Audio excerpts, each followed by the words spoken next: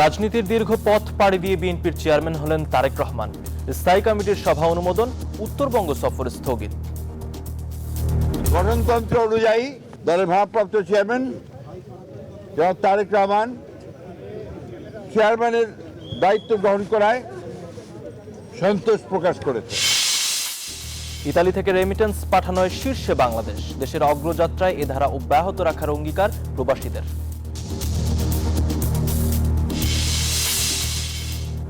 দেশের স্মৃতি ও বিদেশের অভিজ্ঞতায় লেখা ক্লান্ত বেদুইনের মোড়ক উন্মোচন। আয়ারল্যান্ডে বাড়ছে প্রবাসীদের সাহিত্য চর্চা।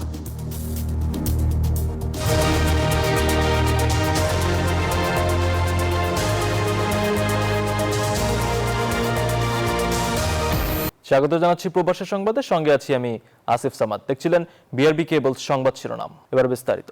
ভারপ্রাপ্ত চেয়ারম্যান থেকে বিএনপির চেয়ারম্যান হয়েছেন তারেক রহমান।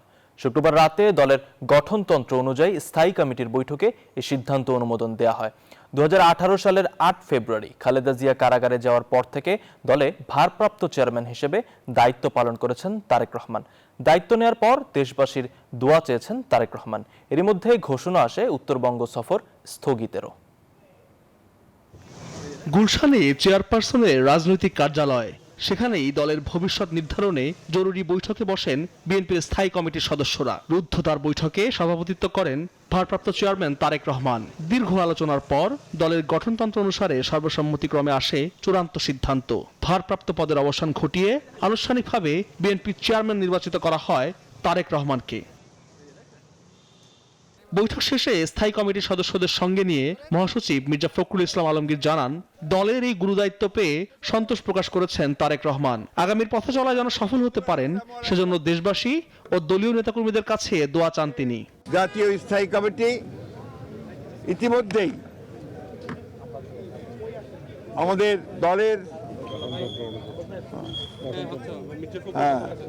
গঠনতন্ত্র অনুযায়ী দলের ভারপ্রাপ্ত চেয়ারম্যান জনাব তারেক রহমান চেয়ারম্যানের দায়িত্ব গ্রহণ করায় সন্তোষ প্রকাশ করেছে। তবে নতুন নেতৃত্বের এই যাত্রায় ছেদ ঘটিয়েছে নির্বাচন কমিশনের একটি অনুরোধ। ইসি রহমানের সাড়া দিয়ে তারেক রহমানের পূর্ব নির্ধারিত উত্তরাঞ্চল সফর স্থগিত করা হয়েছে।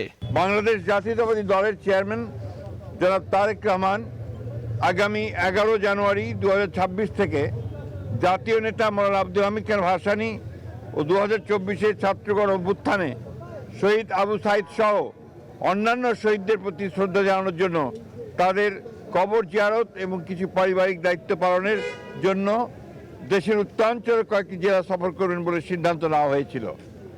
এ ব্যাপারে নির্বাচন কমিশনের অনুরোধে বাংলাদেশ জাতীয় দলের চেয়ারম্যানের এই সফর স্থগিত ঘোষণা করা হয়েছে। কিন্তু রাজনীতির মাঠ উত্তপ্ত অন্য শঙ্কায়। হাদি ও মুসাব্বির হত্যাকাণ্ডকে নিছক অপরাধ হিসেবে দেখছে না বিএনপি। দলটির দাবি, নির্বাচনকে প্রশ্নবিদ্ধ ও বানচাল করতেই একটি বিশেষ মহল পরিকল্পিতভাবে এসব হত্যাযজ্ঞ চালিয়েছে। সরকারকে এবং নির্বাচন কমিশনকে জানাতে চাই আবারও যে এই ধরনের হত্যাকাণ্ড ঘটতে থাকলে এই দেশে নির্বাচনের পরিবেশ বিনষ্ট হবে এবং নির্বাচনের পরিবেশ যেন বিনষ্ট না হয় তার জন্য সকল প্রকার উদ্যোগ গ্রহণ করার জন্য, সক্রিয় কার্য প্রক্রিয়া নেওয়ার জন্য আমরা আবারও সরকার এবং নির্বাচন কমিশনকে আহ্বান জানাচ্ছি। সংবাদ সম্মেলনে বেগম জিয়ার জানাজায় অংশ নিয়ে শ্রদ্ধা জানানোয় সাধারণ মানুষ এবং আইন শৃঙ্খলা বাহিনীর সদস্যদের প্রতি বিশেষ ধন্যবাদ ও কৃতজ্ঞতা প্রকাশ করেন বিএনপি মহাসচিব। 3 বাহিনীর প্রধান এবং সরকার কিছু উদ্যোগ নিয়েছে, সে পুলিশ, র্যাব, বিজেপি যারা সহযোগিতা করেছেন তাদের সকলকে আমরা আন্তরিকভাবে ধন্যবাদ এবং কৃতজ্ঞতা জানাচ্ছি। আল মোহাম্মদুল খান, নিউজ 24, ঢাকা। রাজনীতির দীর্ঘ পথ পাড়ি দিয়ে দলের শীর্ষ পদ পেলেন তারেক রহমান। রাজনীতি শুরু করেন উপজেলা বিএনপির সদস্য হিসেবে। এরপর সিনিয়র যুগ্ম মহাসচিব, সিনিয়র ভাইস চেয়ারম্যান ও দলের ভারপ্রাপ্ত চেয়ারম্যানের দায়িত্ব পালন করেন তারেক রহমান। লন্ডনে প্রায় 1.5 যুগ নির্বাসনে থাকার পর দেশে ফেরার 16 দিনের মাথায় ভারমুক্ত হলেন তিনি।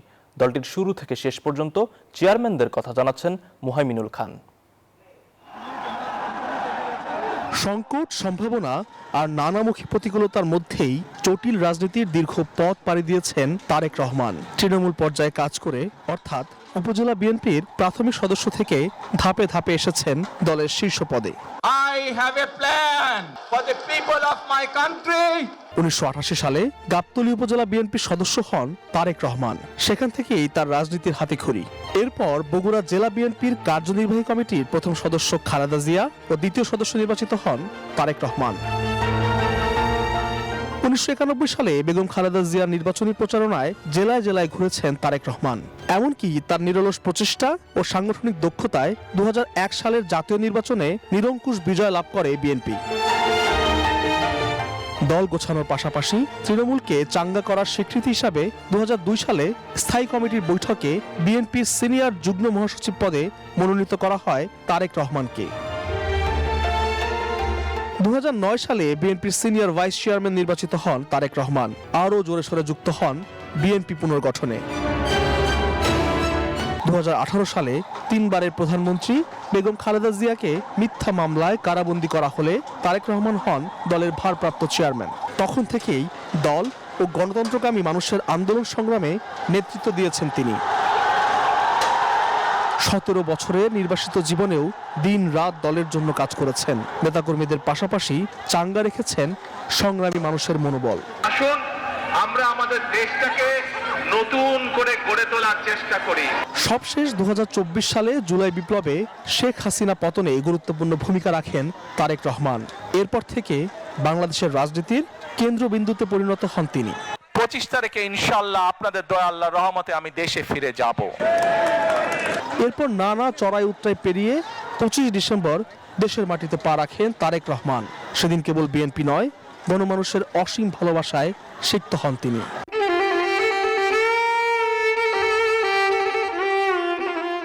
নিয়তির নির্মম পরিহাস। দেশে ফেরার 5 দিনের মাথায় পৃথিবীর মায়া ছাড়েন সাবেক প্রধানমন্ত্রী খালেদা জিয়া। এরপর থেকেই ফাঁকা ছিল বিএনপির শীর্ষ এই পদটি।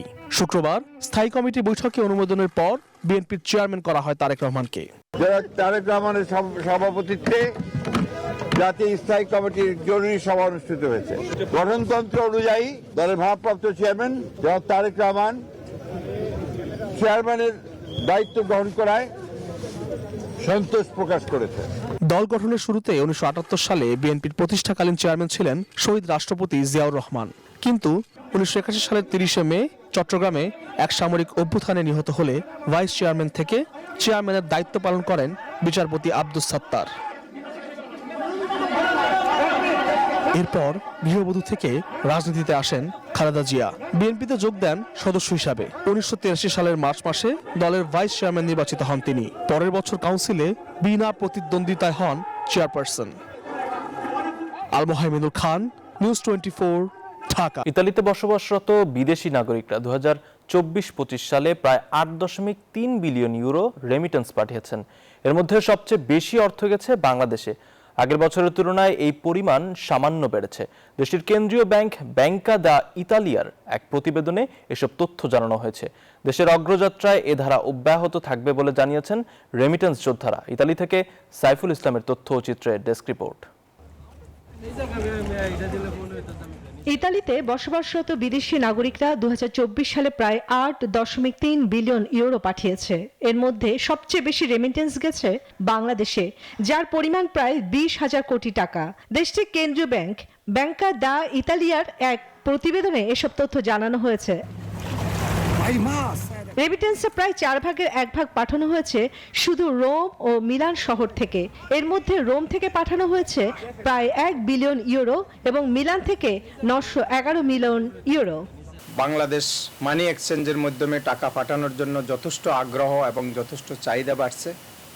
যেহেতু সরকার 2.5% কমিশন দিচ্ছে, প্রবাসীরা যদি আরও কিছু কমিশন যদি সরকার যদি বাড়াই দেয় তাহলে প্রবাসীদের আরও যথেষ্ট আগ্রহ বাড়বে। এবং কি ইটালিতে 2025 সালে সর্বোচ্চ রেমিটেন্স বাংলাদেশে গেছে। আমরা এখন হুন্ডিতে টাকা পাঠাই না, বৈধভাবে টাকা পাঠাই। হুন্ডিতে টাকা পাঠানো এখন সবচেয়ে বেশি রিস্ক। আমরা এখন বৈধভাবে টাকা পাঠাই বলেই 2025 সালে সর্বোচ্চ রেমিটেন্স বাংলাদেশে গেছে। দেশভিত্তিক হিসেবে সবচেয়ে বেশি রেমিটেন্স গেছে বাংলাদেশে। 2024 সালে বাংলাদেশে পাঠানো হয়েছে প্রায় 1.4 বিলিয়ন ইউরো, যা প্রায় 20,000 কোটি টাকা, যা কিনা দেশটি থেকে পাঠানো রেমিটেন্সের 17% এবং 2023 সালের তুলনায় প্রায় 19% বেশি।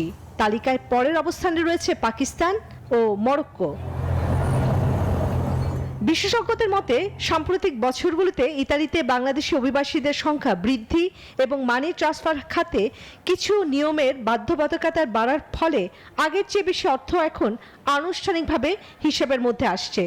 যদিও এর বাইরেও আরও বিভিন্ন উপায়ে পাঠানো হয়েছে রেমিটেন্স, যেমন নগদ অর্থ সরাসরি দেশে নিয়ে যাওয়া বা পরিচিত জনদের মধ্যে পাঠানো টাকা।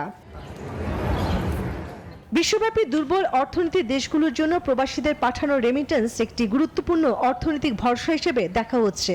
জাতিসংঘের মতে উন্নয়ন সহায়তার চেয়েও অনেক ক্ষেত্রে অভিবাসীদের পাঠানো অর্থ স্থানীয় অর্থনীতিতে বেশি প্রভাব ফেলছে।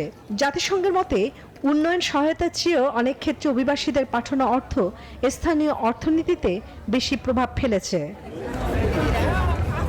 Desk report, news 24।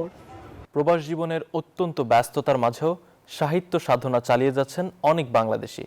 শিল্প সংস্কৃতির নান্দনিক আয়োজনে সমৃদ্ধ আয়ারল্যান্ডেও দিন দিন বাড়ছে প্রবাসী বাঙালিদের সাহিত্য চর্চা।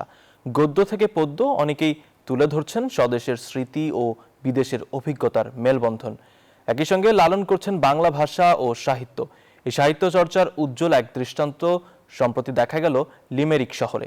আয়ারল্যান্ড থেকে সমীর কুমার ধরের রিপোর্ট। প্রবাস জীবনের অত্যন্ত ব্যস্ততার মধ্যেও সাহিত্যকর্ম করে যাচ্ছেন অনেক প্রবাসী বাংলাভাষী মানুষ। আয়ারল্যান্ডও দিন দিন বাড়ছে প্রবাসী বাঙালিদের সাহিত্য চর্চা। গদ্য থেকে পদ্য অনেকেই লিখে চলেছেন। বাংলাদেশের সিরাজগঞ্জের লেখক জামাল মালিক জাকির দীর্ঘ 28 বছর ধরে সাহিত্য চর্চা করে আসছেন। এইবার তিনি মোড়ক উন্মোচন করলেন তার তৃতীয় কবিতার বই ক্লান্ত বেদুইন। 2024 আমার কাব্যগ্রন্থ ক্লান্ত বেদুইন প্রকাশিত হয়। আমার এই দীর্ঘ 45 বছরের কাব্য সাধনায় আমি আছি। কবির মতে বিদেশের জীবনের প্রবাসীদের জীবন অনেকটা বেদনীর মতোই। কষ্টকর জীবনের পাশাপাশি প্রতিনিয়ত বিভিন্ন প্রতিকূলতার মধ্য দিয়েও যেতে হয়। দিন শেষে অনেকে ক্লান্ত হয়ে পড়েন। যে মালিকের লেখা ক্লান্ত বেদুইনের মোড়ক উন্মোচনে এসে সত্যি আমি খুব আনন্দিত, কারণ এখানে যে বাংলাদেশিদের তাদের সংস্কৃতিকে ধরে রাখছে বিদেশের বাড়িতে। কবিতা বইয়ের উপস্থাপনায় কবি জামিল মালিক আধ্যাত্মিকতার কথা বলেন। তিনি গ্রিক দেবদেবী থেকে শুরু করে আইরিশ কবিদের কথা, স্বর্গ নরকের বিভিন্নতা নিয়ে আসেন। এই মোড়ক উন্মোচনটি অনুষ্ঠিত হয় লিমেরিকের গ্রেট ন্যাশনাল সাউথ কোর্ট হোটেলে। অনুষ্ঠানে শিশু থেকে শুরু করে বিভিন্ন বয়সের মানুষ ক্লান্ত বেদুইন কবিতার বই থেকে কবিতা পাঠও করেন। অনুষ্ঠানে উপস্থিত ছিলেন আয়ারল্যান্ডে বসবাসরত গণ্যমান্য কমিউনিটি ব্যক্তিবর্গ। এবারের সদ্য নির্বাচিত সভাপতি মোহাম্মদ মোস্তফা, লিমেরিকের বাংলাদেশি কাউন্সিলর আজাদ সহ অনেকে। ডাবলিন ও গলো শহর থেকেও অনেকে অনুষ্ঠানে উপস্থিত ছিলেন। সমীর কুমার ধর, নিউজ 24, লিমেরিক, আয়ারল্যান্ড। আন্তর্জাতিক ক্যাডেট বিনিময় কর্মসূচি আইসিইপিতে অংশগ্রহণকারী বাংলাদেশ ন্যাশনাল ক্যাডেট কোর বিএনসিসির একটি প্রতিনিধি দল মালদ্বীপ সফরকালে দেশটিতে অবস্থিত বাংলাদেশ হাই কমিশনে সৌজন্য সাক্ষাৎ করেছে। এবারের আইসিইপি কর্মসূচিতে বাংলাদেশ ছাড়াও মালদ্বীপ, ভারত, শ্রীলঙ্কা ও নেপালের ক্যাডেটরা অংশগ্রহণ করেন। এ সাক্ষাতে বাংলাদেশ ও মালদ্বীপের দ্বিপাক্ষিক প্রতিরক্ষা সহযোগিতা, ক্যাডেট ও যুব পর্যায়ে বিনিময় কর্মসূচি এবং ভবিষ্যতে যৌথ কার্যক্রম জোরদারের বিভিন্ন দিক নিয়ে আলোচনা হয়। হাইকমিশনার ডক্টর মোহাম্মদ নাজমুল ইসলাম বলেন, এই ধরনের কর্মসূচি ভবিষ্যৎ সামরিক নেতৃত্ব গঠনে গুরুত্বপূর্ণ ভূমিকা রাখে। বিপুল উৎসাহ উদ্দীপনার মধ্য দিয়ে গণমাধ্যম কর্মীদের সর্ববৃহৎ সংগঠন লন্ডন বাংলা প্রেস ক্লাবের নির্বাচনের মনোনয়নপত্র দাখিল শেষ হয়েছে। বুধবার সন্ধ্যায় ক্লাব কার্যালয়ে ব্যবস্থাপনা কমিটির 15টি পদের বিপরীতে মোট 31 জন প্রার্থী মনোনয়নপত্র জমা দেন। এবারের নির্বাচনে সাইম সালেহ হান্নান এবং তারেক আকরাম শাহনাজ এই দুই প্যানেল থেকে লড়ছেন 30 জন। এছাড়া স্বতন্ত্র প্রার্থী হিসেবে প্রতিদ্বন্দ্বিতা করছেন আহাদ চৌধুরী বাবু। ঘোষিত তফসিল অনুযায়ী 9 জানুয়ারি প্রার্থিতা প্রত্যাহারের শেষ দিন এবং আগামী 25 জানুয়ারি অনুষ্ঠিত হবে বহুল প্রত্যাশিত নির্বাচন। নির্বাচনের প্রধান নির্বাচন কমিশনার হিসেবে দায়িত্ব পালন করবেন মোহাম্মদ বেলায়েত হোসাইন। নির্বাচন কমিশনার হিসেবে রয়েছেন সাগির বরকত ফারুক ও সিরাজুল বাসির চৌধুরী।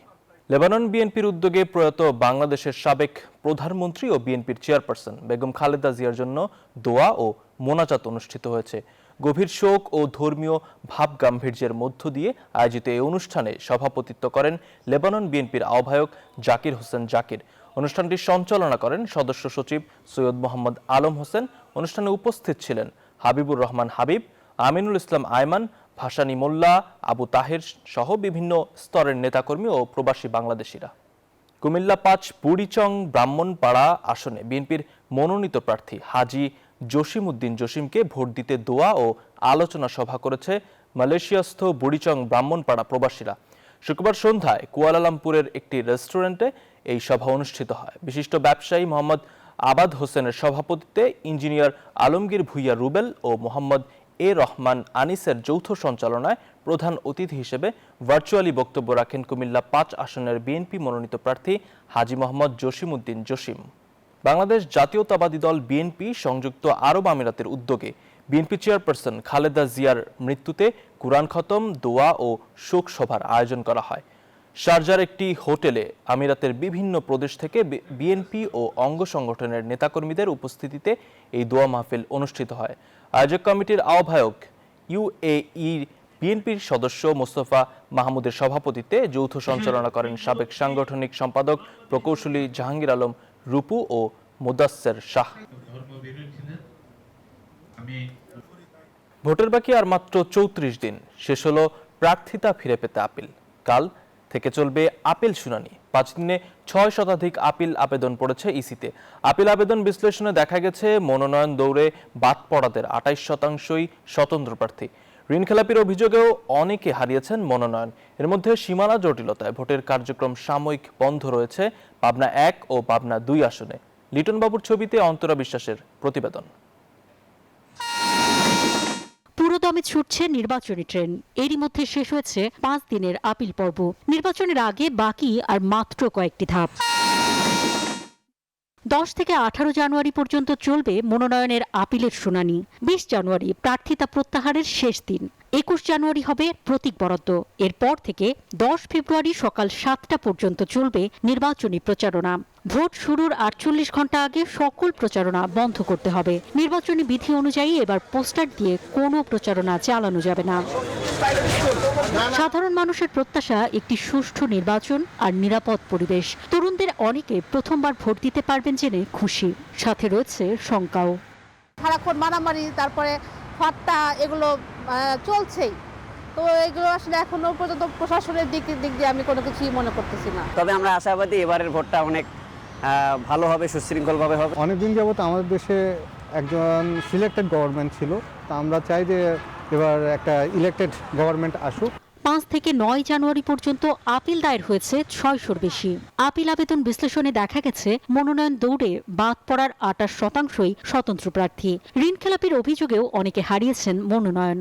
আমার চাইতে যারা অনেক বড় বড় মামলার আসামি আছে, যারা শত শত কোটি টাকা ব্যাংকে ঋণ আছে, তাদের তো কোনো সমস্যা হলো না। আমি বর্তমানে লেভেল প্লেইং ফিল্ড বলে কোনো কিছু আসলে দেখতেছি না। এখন আর নিরাপত্তা নাই, কে কখন আক্রমণ করবে তার জন্য আপনাকে মোকাবিলার জন্য প্রস্তুত থাকতে হবে।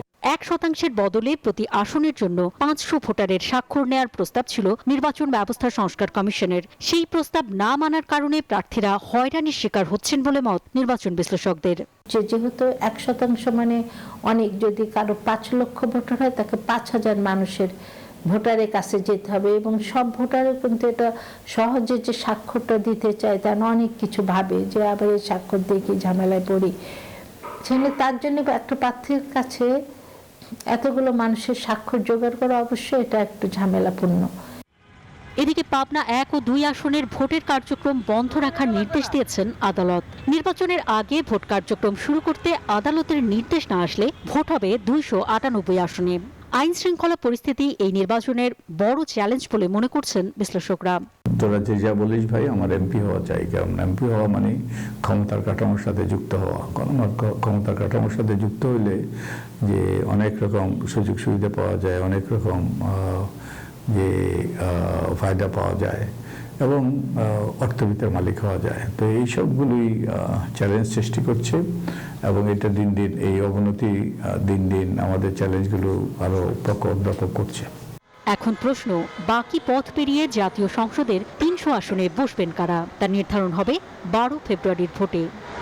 5 সপ্তাহেরও কম সময় বাকি আছে ত্রয়োদশ জাতীয় সংসদ নির্বাচনের।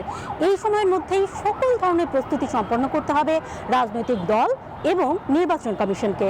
আর সাধারণ মানুষের প্রত্যাশা একটি উৎসব মুখর ভোটের মধ্য দিয়ে তাদের মনোনীত প্রার্থীরা পৌঁছাবে এই জাতীয় সংসদে।